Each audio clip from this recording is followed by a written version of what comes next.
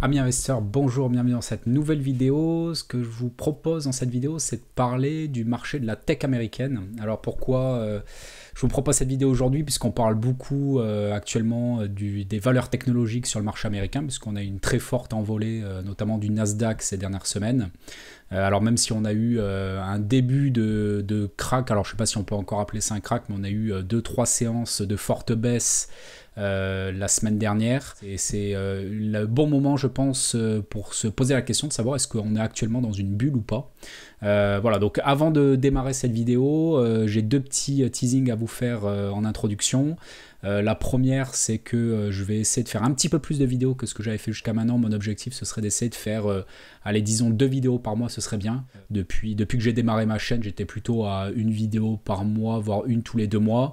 Là, je vais essayer d'augmenter un petit peu le rythme, je vais essayer de m'y tenir. C'est mon objectif de la rentrée de septembre. Et deuxième petit teasing, c'est là, je crois qu'on est à 7500 abonnés. Si on arrive aux 10 000 abonnés, je vous ferai une vidéo FAQ pour vous présenter un peu mon parcours, dire un petit peu qui je suis, etc. Ce que j'ai pas forcément fait jusqu'à maintenant dans mes vidéos.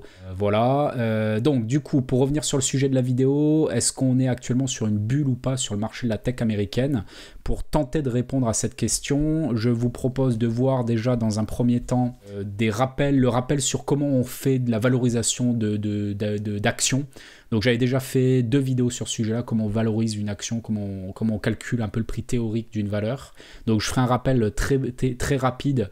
Deuxième point, ce que je vous propose, c'est qu'on fera l'exercice de valorisation sur la valeur Amazon. Donc on déclinera un peu ces calculs sur Amazon. Troisième point, on verra un peu l'historique de l'évaluation de la tech aux US. Pour voir si on se rapproche ou pas, si on peut identifier des cycles de valorisation de ce marché-là dans le temps, et est-ce qu'on se rapproche ou pas par exemple de la valorisation qu'on avait eue pendant la bulle Internet en 2000, et on finira, si on peut conclure qu'on est effectivement dans une bulle ou pas, par rapport à ce qu'on aura vu tout au long de cette vidéo. Donc pour commencer, rappel sur les méthodes de valorisation, donc je vais aller très rapidement pour pas que la vidéo dure non plus trop longtemps. Donc pour valoriser une valeur, il y a 2 grandes approches qui existent, qui sont utilisées par les professionnels de la gestion d'actifs. La première méthode consiste à faire une analyse patrimoniale, c'est-à-dire qu'on va comparer les fonds propres de la société avec la capitalisation boursière. Donc pour rappel, la capitalisation boursière, c'est le prix finalement de la société si vous étiez amené à l'acheter entièrement, donc c'est la valeur de la société. Et donc les fonds propres, c'est ce qui revient à la société dans son bilan. Et du coup, on va tout simplement comparer ces fonds propres à la capitalisation boursière. Et donc naturellement, en théorie, si les fonds propres sont supérieurs à la capitalisation boursière, c'est que peut-être que c'est une opportunité d'achat. En tout cas, peut-être qu'il y a une sous-valorisation et inversement. Alors c'est plus compliqué que ça parce qu'il va falloir faire des réajustements du bilan des fonds propres qui sont à réajuster en faisant une analyse un peu plus poussée. Mais bon, dans l'idée, c'est un peu ça, c'est de faire une analyse patrimoniale. Donc je vous donne un exemple très simple pour qu'on puisse un peu illustrer en quoi consiste une analyse patrimoniale. Cet exemple, on va prendre par exemple une société qui fait de la location immobilière, qui a juste un immeuble dans la société, c'est le seul actif de la société, et la valeur de cet immeuble est de 1 million d'euros, et il reste 500 000 euros de dette. Du coup, on est d'accord que les fonds propres de la société, du coup ce qui appartient réellement à la société, c'est du coup les fonds propres correspondent donc à la valeur des actifs moins la dette, donc les fonds propres de la société sont de 500 000 euros. Et du coup, il suffit de comparer ces 500 000 euros avec le prix de vente. Pourquoi? Parce que si la personne qui détient cette société était amenée à la vendre, elle vendrait donc les actifs et les passifs, donc l'immeuble qui coûte 1 million d'euros, mais également le passif associé à cet actif, donc les 500 000 euros de dette. Donc on est d'accord qu'en théorie, si le prix de vente est inférieur aux 500 000 euros des fonds propres, c'est peut-être une belle opportunité d'achat, et inversement. Alors ça, encore une fois, c'est théorique, puisqu'il faudrait s'assurer de la valeur de l'immeuble, c'est-à-dire que dans les comptes, il y a peut-être indiqué 1 million de valeur d'actifs de l'immeuble, mais il faudrait vérifier s'il y a eu des amortissements ou pas, si l'immeuble ne vaut pas finalement plus cher ou peut-être moins cher même que ce qui est indiqué dans le bilan. Mais bon, voilà, c'est l'idée, simplement dire on fait une analyse, on compare les fonds propres au prix d'acquisition. Voilà, donc ça c'est la première grande méthode d'analyse de valorisation, en analysant du coup le patrimoine de la société et les comparer au prix d'acquisition de la société. La deuxième manière d'analyser la valorisation d'une société cotée en bourse, c'est de faire ce qu'on appelle de l'actualisation de flux de trésorerie. Alors le flux de trésorerie, on l'appelle également free cash flow en anglais. Alors nous, dans notre exemple, on va prendre les résultats nets. C'est plus facile. Souvent, le résultat net est proche du free cash flow. Alors ça, pareil, on ne va pas rentrer dans les détails. Je vous invite à revoir la vidéo sur ce sujet-là si ça vous intéresse. Il faut quand même s'assurer que le résultat net n'est pas très loin du free cash flow, mais partons du principe que c'est la même chose pour simplifier un peu la démonstration. Et donc, en fait, on va actualiser nos résultats nets dans le futur, c'est-à-dire que on va faire un calcul de si la société est amenée, par exemple, dans 10 ans à délivrer 1 million de résultats nets, en fait, combien ça vaudrait aujourd'hui ce million d'euros qui sera en résultat dans 10 ans. Et en fait, on va actualiser comme ça tous les résultats dans le temps de la société pour en déduire le prix de la société aujourd'hui. Donc en fait, c'est la somme des flux de chaque année. Donc on va additionner chaque flux jusqu'à l'année N et qu'on va diviser par 1 plus le rendement attendu au facteur N. Alors, on ne va pas rentrer de nouveau dans le détail de l'équation, mais l'idée, c'est de calculer, encore une fois, le flux de trésorerie dans le futur pour en déduire le prix actualisé de la société. Donc là, je vous redonne un exemple pour que ce soit plus parlant. J'ai par exemple, comme tout à l'heure, une société qui fait de la gestion immobilière, par exemple, encore pour reprendre quelque chose de simple, qui génère par exemple 100 000 euros de loyer net par an et qui ne fait pas de croissance. C'est-à-dire chaque année, elle va rentrer 100 000 euros de loyer, c'est hyper simple. Si votre rendement cible est de 10%, si vous faites ce calcul d'actualisation, vous allez trouver un résultat de 1 million d'euros. Donc finalement c'est assez logique puisque comme c'est une société qui génère 100 000 euros par an de résultats, vous espérez faire un rendement de 10% sur votre investissement. Donc en fait même intuitivement on arrive à facilement calculer que du coup la valeur théorique de la société pour un rendement de 10% serait donc de 1 million d'euros. Et en fait vous allez simplement comparer votre prix calculé au prix du marché. Si cette société est vendue en dessous des 1 million d'euros, c'est peut-être une belle opportunité d'achat. Parce que du coup, vous allez, avec les loyers de 100 000 euros par an, atteindre votre objectif de 10% de rendement, voire même peut-être plus. Et inversement, si la société est plus chère que 1 million d'euros, du coup, votre rendement cible ne sera pas atteint. Donc après, libre à vous de voir si ça reste un bon prix ou pas. Voilà, donc là, ce que je vous propose, c'est pour illustrer maintenant ce calcul-là, je vais vous montrer sous forme de tableau Excel à quel résultat effectivement on arrive. Donc là, je vous remontre un tableau Excel pour faire ce calcul d'actualisation. Encore une fois, je l'avais présenté dans le détail sur la vidéo sur le sujet. Je vais mettre en fait mon taux sans risque, ma prime de risque, et on va définir donc la croissance à 5 ans, de 5 à 10 ans, au-delà de 10 ans. Donc là, dans mon exemple, je dis, voilà, mon rendement cible, c'est 10%. Je mets aucune croissance, comme je vous l'ai dit, et mon résultat net de l'année 0, c'est 100 000 euros. Et là, vous voyez que dans votre calcul d'actualisation, on a bien une somme valeur actualisée qui est à quasiment 1 million d'euros. Donc, on retrouve bien ce qu'on a vu précédemment. Voilà. Après, évidemment, si vous réduisez votre rendement cible, si par exemple vous avez un objectif d'un rendement de 6% par an, donc là on va mettre par exemple une prime de risque uniquement à 5%, et que vous avez une croissance de 2% par an de façon perpétuelle, là vous voyez que votre société ne vaut plus en théorie, vous êtes prêt à la payer un peu plus cher que l'1 million d'euros de tout à l'heure, mais plutôt 2,5 millions d'euros. Donc vous voyez qu'en fait il y a une très forte sensibilité dans le calcul de la valeur de la société en fonction du rendement que vous recherchez et en fonction évidemment de la croissance des résultats de cette société dans le temps.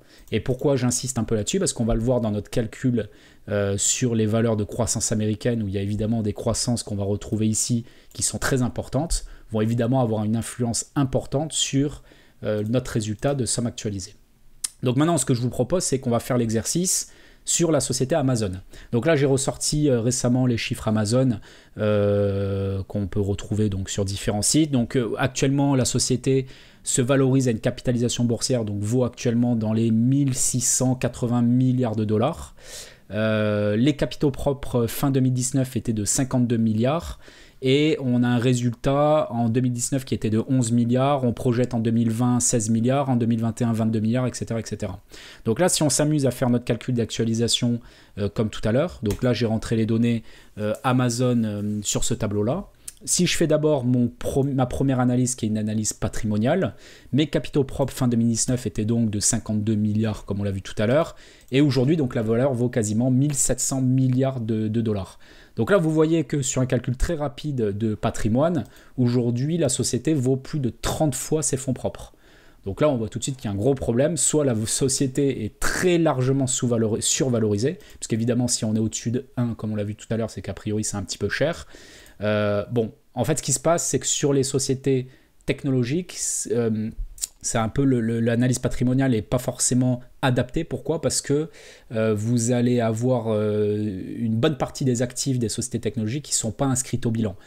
Typiquement, le développement d'une marque ne va pas être un actif inscrit au bilan et du coup, vous n'allez pas les retrouver dans les fonds propres. En fait, c'est un peu biaisé puisqu'une grosse partie de la valeur d'une société technologique est créée par sa marque, par une technologie qu'elle a développée, par des brevets qu'elle a mis au point. Et ça, souvent, c'est pas correctement valorisé dans un bilan. Donc en fait, là, on voit qu'il y a évidemment un écart considérable entre les capitaux propres et la capitalisation boursière. Mais finalement, c'est pas un indicateur suffisamment fiable pour les sociétés technologiques, comme je l'ai expliqué juste avant. Du coup, tout ça pour dire que finalement, c'est plutôt le calcul d'actualisation qui va être adapté pour les valeurs technologiques et qui nous donnera un indicateur un peu plus précis sur est-ce qu'on est en survalorisation ou pas. Donc maintenant, si on fait notre calcul d'actualisation, ce qui va se passer, c'est qu'on va du coup déjà définir, comme je disais tout à l'heure, notre rendement cible qui va avoir un impact très important sur du coup la somme de la valeur actualisée de nos résultats futurs. Donc là, le rendement cible, j'ai mis 6,5%, qui correspond en fait à un rendement cible, ça correspond toujours au taux sans risque plus la prime de risque. Et en fait, ce qui se passe, c'est que le taux sans risque est actuellement quasiment à 0, puisque finalement le taux sans risque correspond au taux des banques centrales. Donc là, c'est la raison pour laquelle aussi les marchés financiers ont fortement monté ces dernières années, c'est que comme les taux sans risque n'arrêtent pas de baisser et qui sont quasiment à 0, ça a évidemment eu un impact positif dans notre calcul d'actualisation. Donc là, on peut considérer que le taux sans risque est aujourd'hui aux alentours des 0,5%. Et après, on va mettre notre prime de risque. Donc là, la prime de risque, elle va évidemment dépendre de ce que chaque investisseur souhaite définir comme rendement, comme objectif de rendement par rapport à un actif risqué. Mais au vu des taux extrêmement bas sur toutes les classes d'actifs aujourd'hui, actuellement, la prime de risque constatée en moyenne est aux alentours des 5-6%. Donc c'est pour ça qu'on peut considérer un rendement cible à 6,5, c'est assez cohérent par rapport au rendement que l'on peut espérer sur un actif risqué aujourd'hui. Maintenant, au niveau de la croissance, alors c'est là où c'est très compliqué à évaluer, et ce sera d'ailleurs une partie de ma conclusion dans cette vidéo, c'est que finalement, vous allez voir que la somme de la valeur actualisée va être également extrêmement dépendante de la croissance des résultats des prochaines années de la société. Donc là, je suis parti sur un résultat net initial de 11 milliards de dollars, 11 milliards de dollars, comme on l'a vu sur nos comptes tout à l'heure. On peut mettre une hypothèse. Alors là j'ai pris les informations de Zone Bourse. La majorité, ça doit être un consensus d'analystes, on va dire, prévoit en 2020 donc à peu près 16 milliards de résultats, en 2021 22 milliards et en 2022 32 milliards. Donc en fait, si on veut effectivement retrouver ces chiffres-là, ça veut dire qu'on a une croissance d'à peu près 40% sur les prochaines années sur les résultats nets. Donc moi, j'ai poussé 40% sur les 5 prochaines années. Et après, j'ai réduit un peu la croissance parce que vous allez voir que c'est exponentiel. Donc au bout d'un moment, la société ne pourra pas tenir ces 40% de croissance par an. C'est juste impossible. Et même à long terme, c'est-à-dire au-delà des 10 ans, on atteint généralement une croissance qui est proche de la croissance du PIB du pays. Donc là, on peut considérer qu'au-delà de 10 ans, on tombera dans une croissance, on va dire, équivalente à celle, encore une fois, de la croissance du pays. Donc on peut retomber aux alentours des 2%. Si je tiens compte de ces niveaux de croissance, on arrive à une valeur actualisée qui est effectivement proche de la capitalisation boursière d'aujourd'hui, c'est-à-dire de 1500 milliards de dollars. Encore une fois, j'ai justement mis les pourcentages pour arriver à notre capitalisation boursière et pour voir à peu près le niveau de croissance qui était nécessaire pour justifier le prix actuel d'Amazon. Donc là, encore une fois, vous voyez que la croissance que l'on espère sur les prochaines années est très conséquente, puisque 40% sur les 5 prochaines années, ça veut dire qu'on passe de 11 milliards de résultats à, en 2025, 68 milliards de résultats. Donc vous voyez que la croissance nécessaire pour avoir une valeur actualisée proche du cours boursier d'aujourd'hui est extrêmement exigeante. Comme vous pouvez le voir, il faut que la croissance soit vraiment au rendez-vous sur les prochaines années. Voilà, donc là, on voit en 2019 11 milliards, il faut arriver en 2025 à 68 milliards, et même si après on n'augmente que 10% par an, c'est quand même très conséquent. Quand vous voyez que le chiffre d'affaires en 2020 d'Amazon sera de 368 milliards, si on veut pouvoir faire 68 milliards de résultats nets en 2025, sachant que là on voit que le niveau de la marge nette est aux alentours des 5%, si admettons qu'on augmente à 6-7% de marge, il faudrait avoir un chiffre d'affaires de plus de 1000 milliards de chiffre d'affaires. Donc là, vous voyez en fait simplement que, une fois de plus, pour arriver à une valeur actualisée proche du cours boursier actuel, il faut vraiment que la société délivre une croissance extrêmement ambitieuse sur les prochaines années. C'est possible, mais c'est très ambitieux. Et il suffit qu'il y ait un grain de sable qui se mette dans le mécanisme, que la croissance ne soit pas au rendez-vous, que le niveau de marge soit finalement plus faible que ce qu'on peut avoir aujourd'hui. On peut avoir une dégradation rapide du résultat et du coup avoir un calcul d'actualisation qui peut complètement changer. Je vous donne un exemple. Si par exemple je mets une croissance sur les 5 prochaines années, non pas de 40% mais de 30% et une croissance de 5 à 10 ans qui retombe à 5% par an, ce qui est déjà pas trop mal, hein. Vous voyez que là on a déjà une valorisation actuelle qui est quasiment 2 fois supérieure au calcul d'actualisation. Donc vous voyez que c'est extrêmement sensible et du coup aujourd'hui le marché est quand même très optimiste sur la croissance de ce type de société. Voilà, donc ça c'était un exemple sur Amazon, on pourrait faire plein d'exemples sur d'autres sociétés, j'en avais prévu un autre sur Tesla, mais là si on rentre dans le détail de cette société, on risque d'avoir une vidéo un peu trop longue, donc si ça vous intéresse, je vous ferai une vidéo de calcul de valorisation de Tesla un peu plus en détail, dites-le moi en commentaire si c'est quelque chose qui vous intéresse. Là ce que je vous propose c'est de passer au point 3, c'est de voir un peu l'historique de l'évaluation de la tech sur les dernières décennies. Donc là, je vous montre un graphique, je vous avais déjà montré ce type de graphique, qui présente depuis 1995 l'évolution donc les courbes bleues, c'est l'évolution des résultats des sociétés à un PER, à différents niveaux de PER. Donc là, vous avez la première courbe qui a un PER de 10, de 20, de 30 et de 40. Et là, vous voyez en fait qu'aujourd'hui, on est quasiment sur la tech américaine à un PER moyen de 30. Donc vous voyez que malgré la crise du Covid, les résultats n'ont pas beaucoup bougé. On a même une remontée légère depuis quelques semaines. Et ça, c'est lié au fait que la tech américaine profite aussi de la situation, hein. On l'a vu tout à l'heure avec Amazon. Ça fait partie des grands gagnants de la crise actuelle. Et du coup, c'est ça qui explique aussi le fait que comme il n'y ait pas une revue à la baisse des résultats de ces sociétés, et finalement, c'est aussi la raison pour laquelle ça explique des cours boursiers qui se maintiennent bien, mais pas que, puisqu'on peut voir que par rapport à en début d'année où on avait un PER qui était aux alentours des 25, aujourd'hui on se rapproche plutôt d'un PER aux alentours des 30. Et quand on regarde l'historique, on voit qu'un PER de 30 sur la tech américaine, ça fait quand même longtemps qu'on n'avait pas été à ces niveaux de valorisation. Il faut remonter finalement à la bulle Internet, aux années 2000, où là on avait même très largement dépassé les PER de 30, puisque vous voyez qu'en 99, on était même allé au-delà d'un PER de 40. On devait être aux alentours des 45. Donc vous voyez que finalement, on n'est pas encore à un niveau de valorisation du niveau de la bulle Internet, mais qu'on commence à s'y rapprocher. C'est-à-dire on peut même voir une pente qui est de plus en plus raide depuis le rebond des marchés des dernières semaines. Voilà, donc on est sur une valorisation qu'on n'avait pas connue depuis le début des années 2000. Donc on peut quand même se poser la question de si on n'est pas en train de rentrer en bulle, voilà, même si on n'est pas encore aujourd'hui au niveau de ce qu'on avait pu constater pendant la bulle Internet. Et un deuxième graphique que je voulais vous montrer, c'est, je vous avais également déjà présenté, c'est la différence entre les valeurs de croissance et les valeurs value. Donc les valeurs de croissance, évidemment, c'est là où on va retrouver énormément de tech américaines.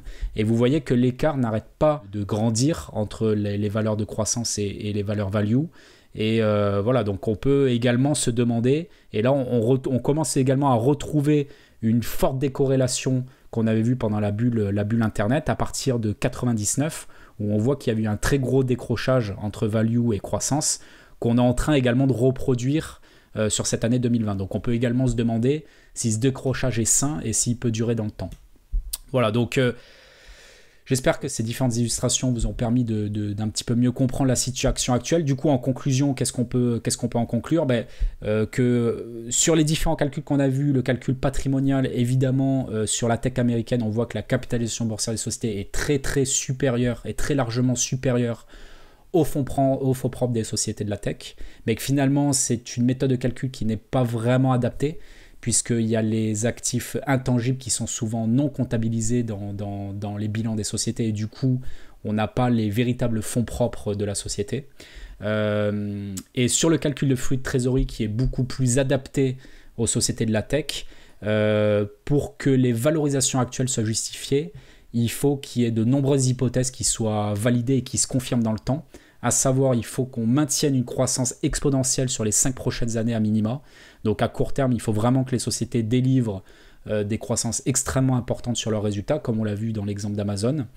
Il faut quand même que, même à moyen terme, on continue à tenir une croissance. Encore une fois, sur l'exemple d'Amazon, vous avez vu que si on n'arrive pas à tenir au moins les 5-10% de croissance à moyen terme, on n'arrive pas à retomber sur notre calcul d'actualisation sur les prix du marché actuel. Et enfin, il faut aussi que les taux restent bas, puisque vous l'avez vu que dans le calcul d'actualisation, ce qui rend également ce calcul sensible, c'est le rendement cible. Et ce rendement cible, il est notamment calculé à partir du taux sans risque. Et donc, il faut que les taux sans risque restent bas pour que ce calcul reste à des niveaux très élevés. Si demain, on était amené à avoir une hausse des taux sans risque, eh bien évidemment, ça ferait baisser notre calcul d'actualisation et du coup, on pourrait voir une forte correction sur les marchés. Voilà, donc la valorisation actuelle est extrêmement optimiste sur le futur. Donc, est-ce qu'on peut parler de bulle? Tant que la bulle n'a pas explosé, par définition, on ne peut pas dire qu'on est en bulle. Finalement, on ne le sait pas. Ce qui est sûr, c'est qu'on a une très forte spéculation sur les résultats futurs et que du coup, il y a une anticipation du marché qui est extrêmement importante. Et donc, notamment, une croissance nécessaire pour justifier les prix actuels, et que finalement on commence à se rapprocher de la bulle Internet de la fin des années 90. On n'est pas encore quand même sur une valorisation de la tech qu'on a vu en fin des années 90. Il y a encore un gap de l'ordre de 30-35%, mais on commence à s'y rapprocher, et on sent quand même qu'on commence à rentrer dans une zone de surchauffe qui est incontestable. Voilà, donc je vous invite évidemment à être très prudent sur ces valeurs tech américaines. C'est pas un conseil non plus forcément à vendre, parce qu'on ne sait pas de quoi est fait demain et on ne sait pas comment vont réagir les marchés, c'est extrêmement dur d'anticiper, même s'il y a un certain consensus pour dire qu'aujourd'hui ces valeurs sont très bien valorisées, voire rentrent en situation de bulle. Finalement personne ne peut véritablement le prouver, et vont peut-être effectivement délivrer des croissances qui vont continuer à être très impressionnantes sur les prochaines années. Donc on ne sait pas véritablement ce que ça peut donner. Voilà, ce qui est sûr, c'est qu'il faut rester prudent, et on n'est pas à l'abri d'une forte correction qu'on a d'ailleurs vu peut-être démarrer ces derniers jours. Donc je vous invite évidemment à la plus grande prudence et à minima à diversifier votre portefeuille. Voilà, écoutez, j'espère que cette vidéo vous a intéressé. N'hésitez pas, évidemment, comme toujours, si vous avez des questions à me les poser. Si vous avez également des idées de sujets, n'hésitez pas à partager. Et puis, je vous dis à très bientôt.